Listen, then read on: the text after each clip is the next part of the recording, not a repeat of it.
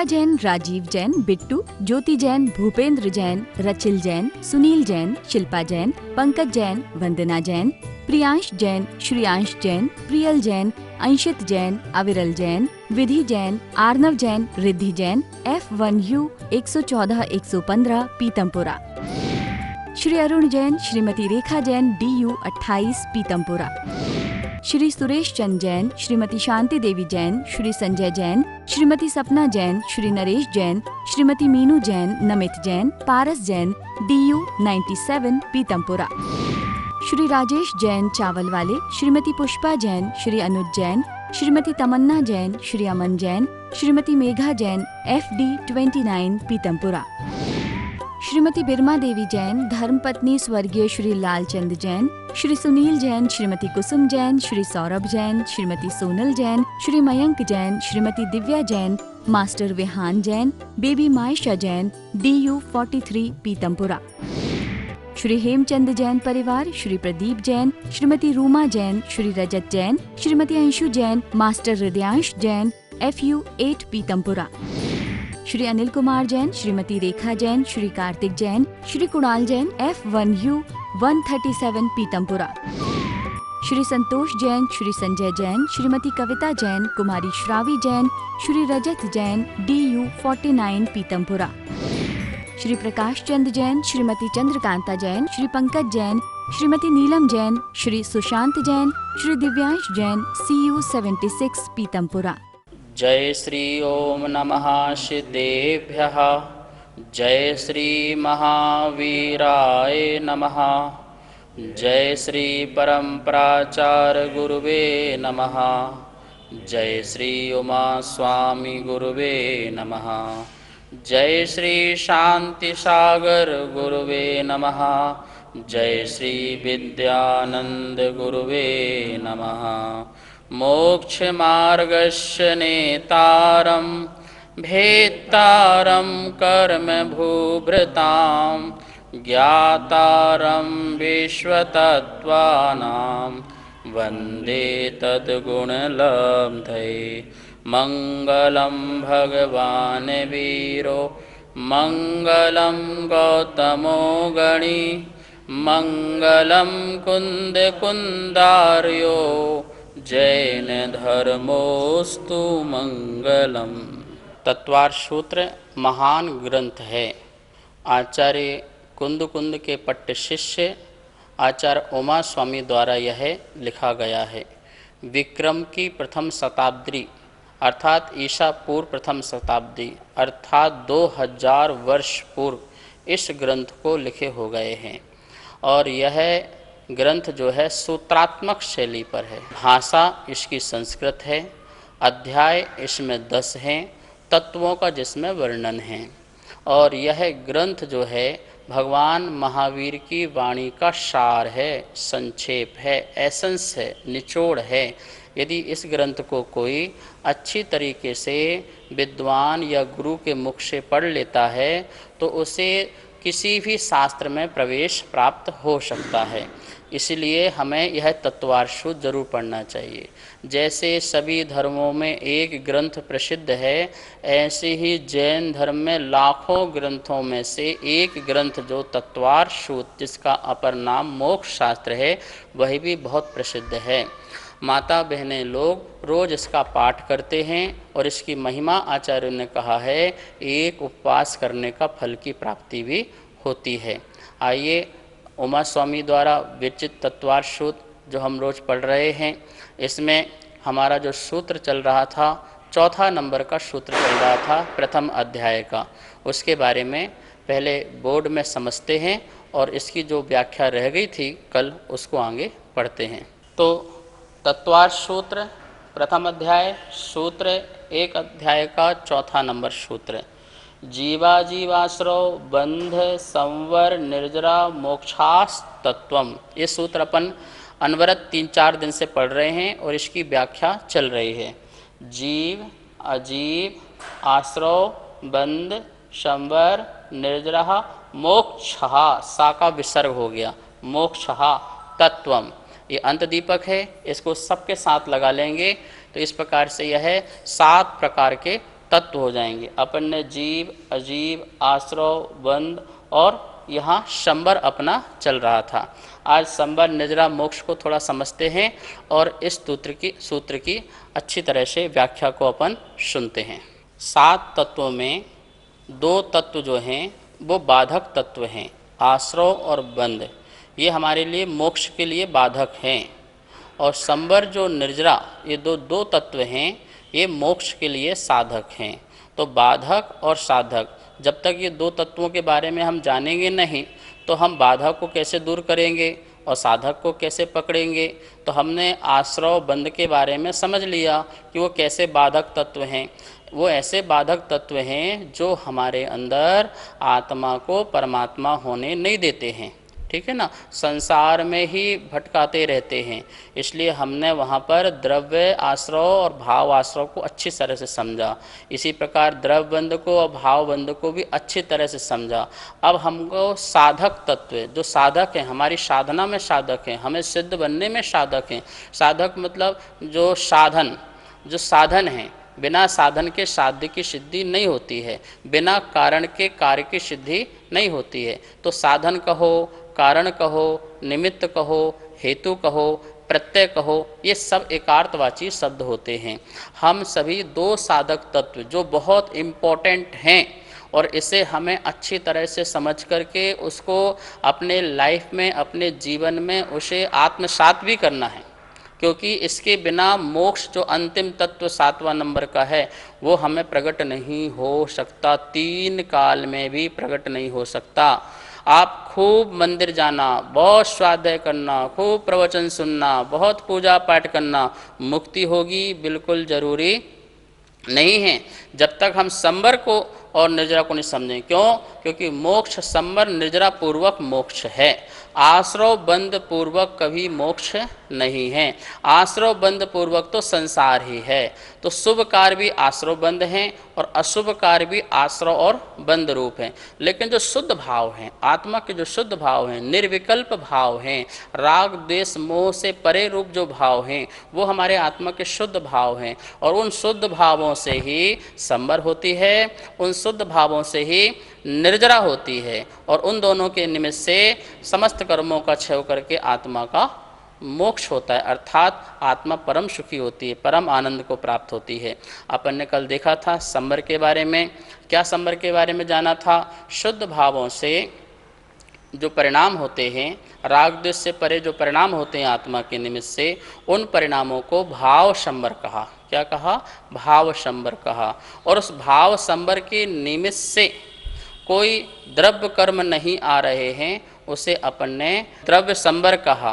तो ये भाव शंबर और द्रव्य शंबर, इन दोनों के बारे में अपन ने कल अच्छी तरह से समझा था। मतलब रोकना, कर्मों के आने के द्वार को रोकना।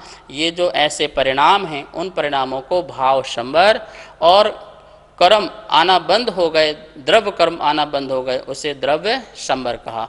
आज अपन चलेंगे निर्जरा तत्व के बारे में समझते हैं। निर्जरा, निर्जरा का अर्थ होता है जो जर्जर हो जाए, जो झड़े, जो नष्ट हो, जो वस्तु है उसका अभाव होना प्रारंभ हो जाए, उसका नाम है निर्जरा। ठीक है ना। देखिए, निर्जरा नहीं होगी तो क्या होगा? हमारे पास कोटा बहुत कर्म का बढ़ता जाएगा, और बढ़ता जाएगा तो हमारा काम मोक्ष वाला हो नहीं पाएगा। अभी हमारा तो क्या है, आने का द्वार तो बहुत बड़ा है, जाने का द्वार बहुत छोटा है, जिसके कारण क्या हो रहा है, हमारा अनंत संसार आगे का बनता है। भैया, आपने किसी से 1 लाख रुपए ले लिए उधारी में और उसको फिर चुकाना है, तो आपने क्या किया? किसी दूसरे व्यक्ति से 1,05,000 रुपये ले लिए, मतलब 5,000 का ब्याज लेकर के उसको 1 लाख चुका दिया, तो आपको 5,000 का कर्जा तो बढ़ गया ना। फिर आप किसी और से लोगे, ऐसे बढ़ते बढ़ते बढ़ते कितना कर्जा आपके हो जाएगा। ऐसी कर्म तो हम बहुत कर रहे हैं, आश्रव बंध तो बहुत कर रहे हैं, पर उसको रोकने का संबंध निर्जरा का उपाय नहीं कर रहे हैं। तो क्या होगा? हमारा आने वाला जो संसार है वो दीर्घ संसार बनते जाएगा, अनंत काल का संसार बनते जाएगा। इसलिए इस निर्जरा तत्व को समझना बहुत जरूरी है। निर्जरा तत्व को क्या कहेंगे? यहाँ भी अपन कर्मों के जो है आत्मा की सत्ता में जो कर्म हैं उनका एक एक देश करके थोड़ा थोड़ा करके कर्मों का निर्जीर्ण हो जाने का नाम निर्जरा है। महानुभाव, निर्जरा सम्यक दर्शन से भी होती है, सम्यक ज्ञान से भी होती है और सम्यक चारित्र से भी होती है। जब प्रथम बार हमें सम्यक दर्शन होता है तो उस समय भी बहुत सारे कर्मों की निर्जरा होती है।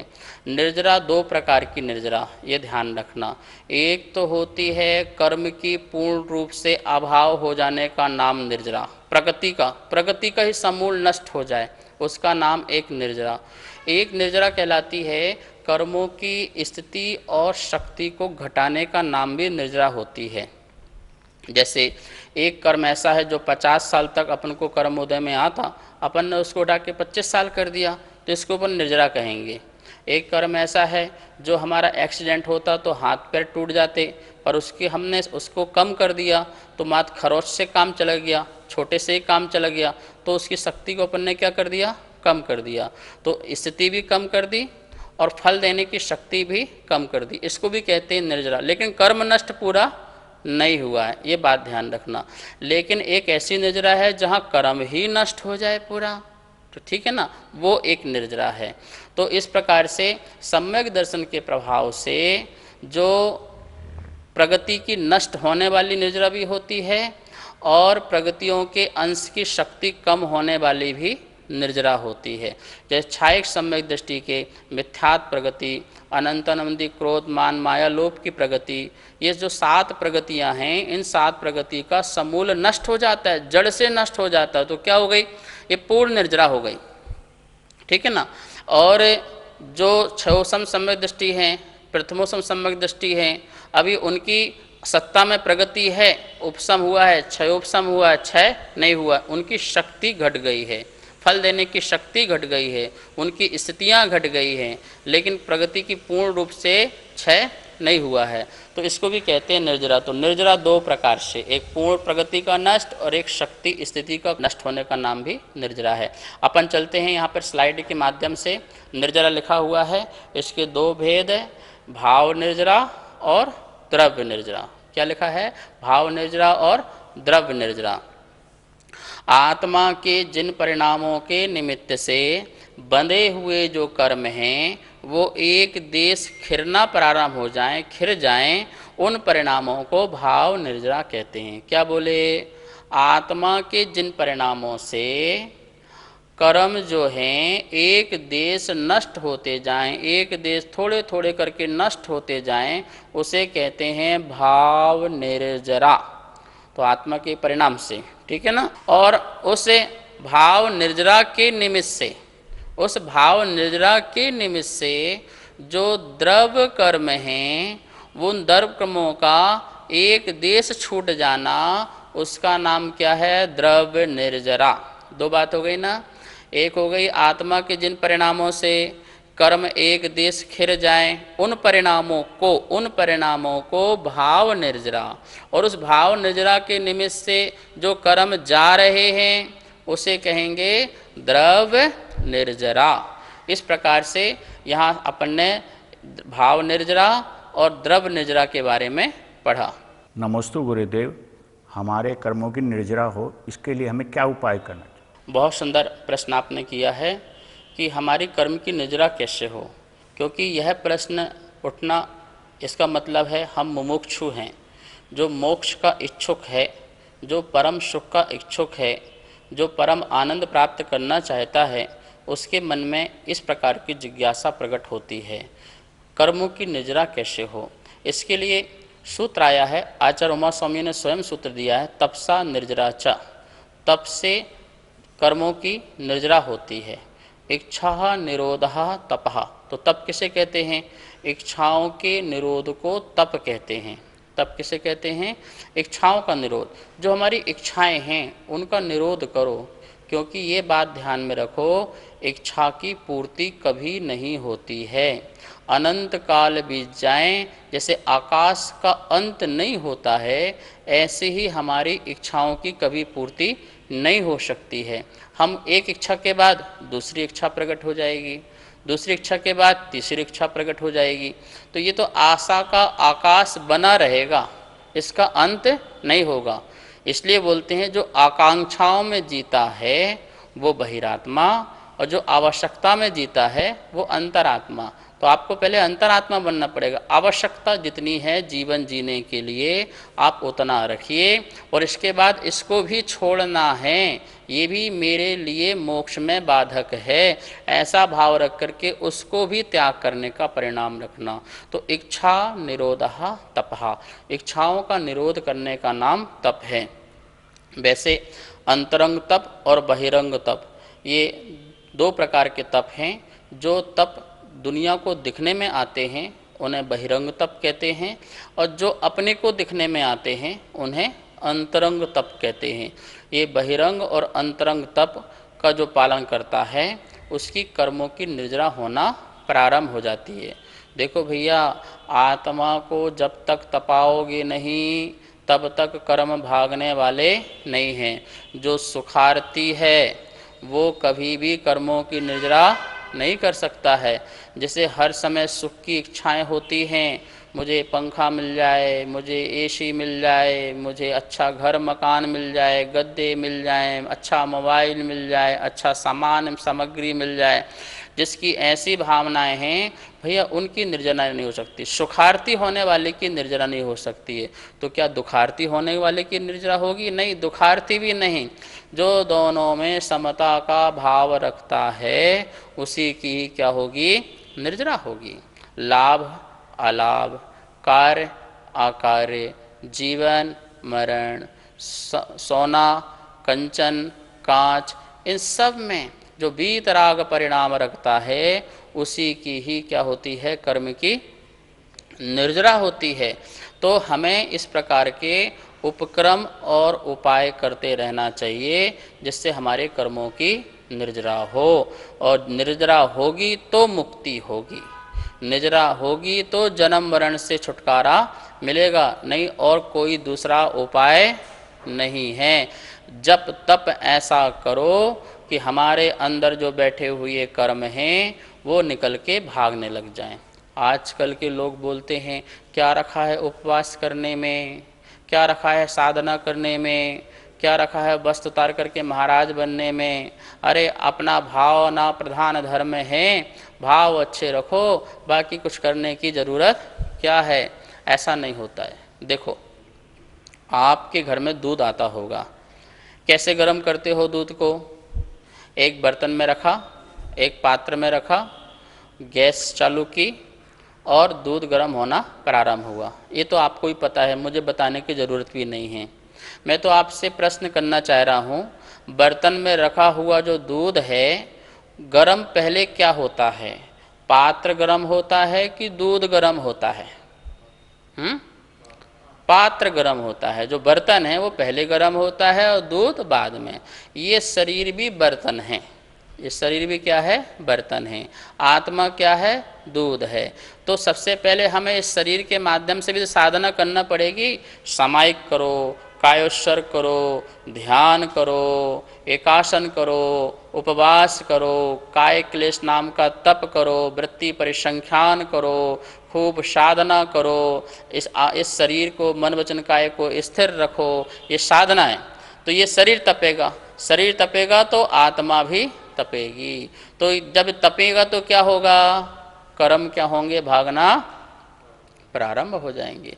आपने देखा होगा कभी कभी दूध गर्म करने जब रखते हैं तो किसी कार्य में लग जाने से गैस बंद करना भूल जाते हैं, तो बर्तन ज़्यादा गर्म हो जाता है तो दूध क्या होता है?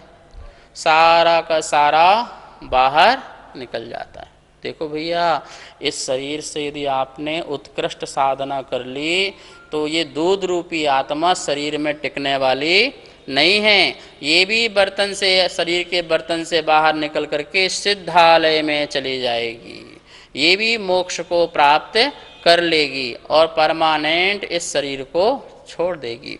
इसलिए यहाँ पर जो निर्जरा का कारण जो बताया है वो तपसः, जो तप हैं, जो 10 धर्म हैं, जो 22 परिचय हैं, जो संवेग आदि भावनाएं हैं, अनुप्रेक्षाएं हैं, 3 गुप्तियाँ हैं, ये सभी की सभी हमारे कर्म की निर्जरा में कारण बनते हैं, इसलिए हमें इनका पालन करते रहना चाहिए। इसका मतलब क्या हो गया? हमको सम्यक चारित्र धारण करना चाहिए। बिना सम्यक चारित्र धारण किए कभी किसी की निर्जरा नहीं हो सकती है। नमोस्तु गुरुदेव। गुरुदेव, सम्यक दर्शन के बिना जो तप आदि किया जाता है, क्या उससे भी कर्मों की निर्जरा होती है?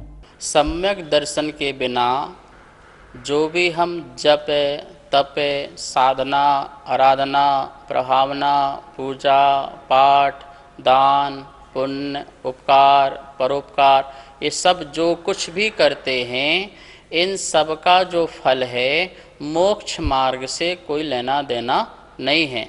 कर्म की निर्जरा होगी पर कर्म प्रगति की निर्जरा नहीं होगी।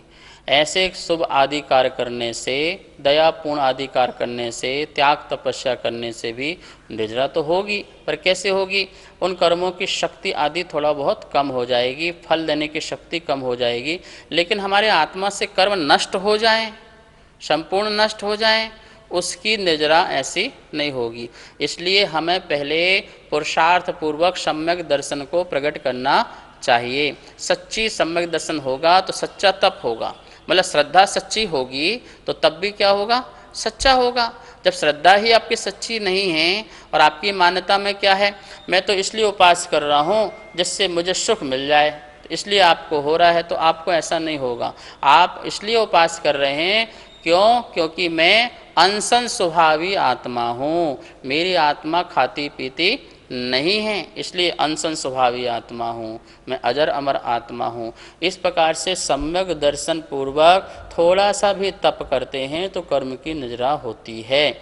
और सम्यक दर्शन रहित अवस्था में कठोर कठोर उपवास, शास्त्रों में लिखा है करोड़ों करोड़ों वर्षों तक उपवास करो, हिमालय में जाकर के एक पैर में खड़े हो जाओ, ठंडी गर्मी बरसात करो, केस लॉन्च आदि करो, नग्न हो जाओ, लेकिन सम्यक दर्शन नहीं है तो वो सारा का सारा तप जो है वो पुण्य का तो बंधेगा, संसार का सुख तो मिलेगा, शरीर सुख तो मिलेगा, इंद्रिय सुख तो मिलेगा, लेकिन मोक्ष सुख की प्राप्ति नहीं हो पाएगी। अब हम सभी लोग जो 7वां नंबर का जो तत्व है मोक्ष तत्व, जो हमारा प्रयोजन था, जो हम चाहते थे, जिसके लिए हमने ये सब पढ़ा था, जीव क्या चाहता है? सुख चाहता है। सुख इज इक्वल टू मोक्ष या मोक्ष इज इक्वल टू सुख। तो जीव मोक्ष चाहता है, इसका मतलब अनंत सुख चाहता है।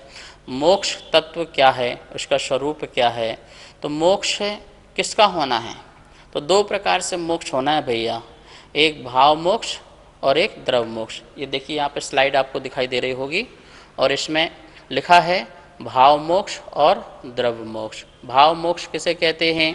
आत्मा की जो शुद्ध निर्मल परिणति है, अर्थात अशुद्ध दशा का सर्वथा संपूर्ण नाश होकर के आत्मा की पूर्ण निर्मल जो अवस्था प्रकट हुई है, उस भाव को प्रकट होने का नाम भाव मोक्ष है। भाव मोक्ष क्या है? अपनी आत्मा बिल्कुल निर्मल परिणति पूर्ण वीतरागता प्रकट हो जाए, अर्थात जो मोहिनी कर्म है उन आदि का अभाव हो जाए, समस्त कर्मों का अभाव होने से आत्मा की जो निर्मल दशा प्रकट हुई अथवा आत्मा की जो निर्मल दशा प्रकट हुई उसको अपन कहेंगे भाव मोक्ष। और उस भाव मोक्ष के निमित्त से जो अपने ज्ञानावरण आदि जो 8 कर्म हैं, उन 8 कर्मों का समाप्त हो जाना, नष्ट हो जाना, उसे बोलेंगे द्रव्य मोक्ष। तो हमने यहाँ पे कर्मों का भी मोक्ष करा दिया। किसका मोक्ष करा दिया? आत्मा का ही मोक्ष होता है ऐसा नहीं है, कर्मों का भी मोक्ष। कर्मों का मोक्ष कैसे हो गया? अरे हमसे छुटकारा मिल गया ना कर्मों को। अभी तो हम बोलते हैं कर्म हमको छोड़ते नहीं हैं, अब हमने कर्म को छोड़ दिया तो कर्म को भी तो हमसे मुक्ति मिल गई ना। जब कर्म को हमसे मुक्ति मिल गई तो कर्म का भी क्या हो गया? मोक्ष हो गया। और उससे हमको मुक्ति मिल गई तो हमारा मोक्ष हो गया।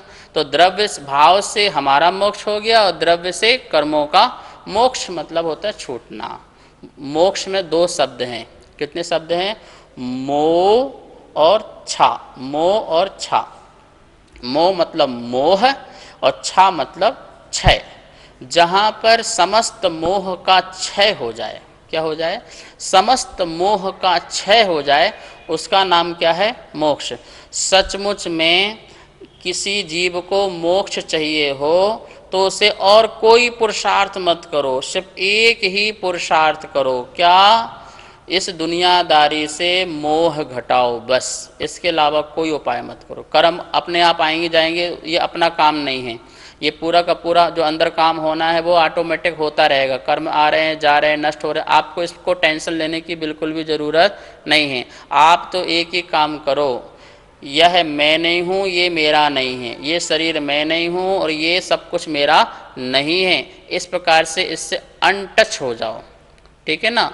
और आप इससे अटैच मत हो, इनसे टच मत हो, इनसे आप लिप्त मत हो, आप इनमें गृद्धता मत रखो और आप बिल्कुल विरक्त साक्षी भाव हो जाइए, वीतराग परिणाम हो जाइए। बस देखिए हमारा मोक्ष पक्का निश्चित, आपकी मुट्ठी में आपका मोक्ष है, परम सुख है। मोक्ष मतलब कोई हमें संपदा नहीं चाहिए। लोग क्या समझते हैं, मोक्ष मतलब बहुत बड़ी विभूति मिलने वाली है। जब किसी व्यक्ति को समझाओ कि मोक्ष में सुख है तो उसे समझाने के लिए आचार्यों ने क्या बोला? क्या सुख है? बोले अनंत सुख है। तो लोग सोचते हैं, लगता है ये जो सुख दुनिया में है ना, इससे और बड़ी भारी भयंकर सुख मिलने वाला है। ऐसा नहीं, निराकुलता नाम का सुख है। तो उस सुख को हम सब लोग प्राप्त कर सकते हैं। नमोस्तु गुरुदेव। गुरुदेव, क्या स्त्री पर्याय से भी मोक्ष प्राप्त कर सकते हैं? आत्मा न स्त्री होती है न पुरुष होती है। इस अपेक्षा से तो मोक्ष तो आत्मा का होता है। कर्मों से दूर हो जाना, अलग हो जाना, इसका नाम मोक्ष है। लेकिन शरीर एक अवस्था है, उस अवस्था के अनुरूप भी कभी कभी जीव के परिणाम होते हैं। स्त्री का जो शरीर है, जिसके कारण वह भय लज्जा को दूर नहीं कर पाती है, और जब तक भय और लज्जा बनी रहेगी तब तक निर्विकल्पता नहीं आएगी, और निर्विकल्पता नहीं आएगी तो मुक्ति की प्राप्ति भी नहीं होगी। इसलिए स्त्री शरीर की जो बनावट है, अवस्था है, इस कारण उससे मुक्ति प्राप्ति नहीं हो पाती है। पुरुष पर्याय की जो बनावट है वो भय को, लज्जा को दूर करके निर्विकल्प होकर के साधना कर सकता है। इसलिए स्त्री पर्याय का जो, पुरुष पर्याय का जो शरीर है, उसके माध्यम से आत्मा मुक्ति को प्राप्त कर सकती है। यही इसका अर्थ है और यही इसका समाधान है। सुनीत जैन, नीरज जैन, विभोर जैन, इति जैन, सर्वांग जैन, चारू जैन, गौरव जैन, दर्श जैन, अनिकांत जैन, कोकिला जैन, कनिका जैन, गौरव जैन, अर्घ्य जैन, नितिका जैन, मयूर जैन, पर्व जैन, अदिति जैन, सामवेद, तिलका देवी जैन, मनोज जैन, उषा जैन, सुनीत जैन, नीरज जैन, अनिकांत जैन, कोकिला जैन, राजीव जैन, वंदना जैन, राजीव जैन, वंदना जैन, वरुण जैन, पूजा जैन, वाणी जैन, श्रीमती कमलेश जैन, धर्मपत्नी स्वर्गीय श्री श्रीपाल जैन, परिवार QU 149C, पीतमपुरा, दिल्ली, श्रीमती आशा जैन, धर्मपत्नी श्री सुखमाल चंद जैन, चावल वाले, श्री रवि जैन, श्रीमती डिम्पल जैन, श्री अमित जैन, श्रीमती मीतू जैन, श्रेय जैन, अर्पित जैन, कनिका जैन, आदित्य जैन, FU 71, पीतमपुरा, दिल्ली, श्रीमती केला जैन, श्री जगदीश राय जैन, श्रीमती उषा जैन,